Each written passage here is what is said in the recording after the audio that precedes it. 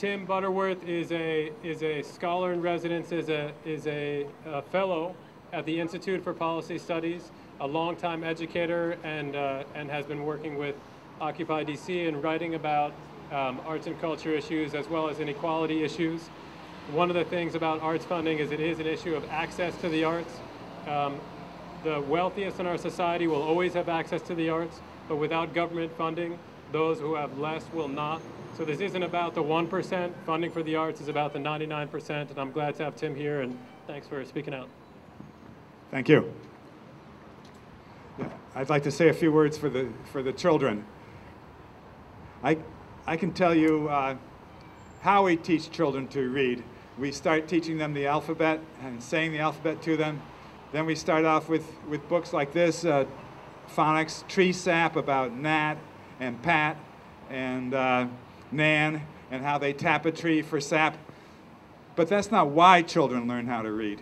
And they learn to read because somebody picks up a book, and maybe a big book with pictures of ducklings crossing a street, and reads them that book. And maybe it's a silly book like about green eggs and ham, or maybe what happens where the sidewalk ends, or a poem that I remember I just read to my grandchildren recently about a king who wanted butter on his bread, and he just couldn't get that butter until he found that the dairy maid had to milk the cow first. And I don't want to get too political, but that's probably a poem that the people across the street would like to hear, that we all depend on each other.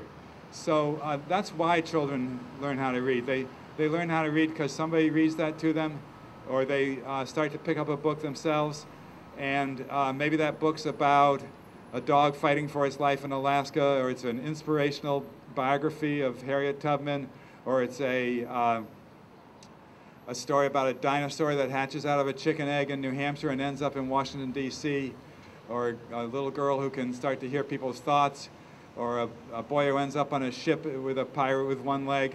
And those stir their imaginations. And then when they're in programs with artists who come to talk at the schools or in programs on the weekend, they learn to write their own poems. And they start writing down their own dreams, their own imagination about what their future might be. And before you know it, they're writing their own lives. So that's why we need arts for everyone in the district. Thank you.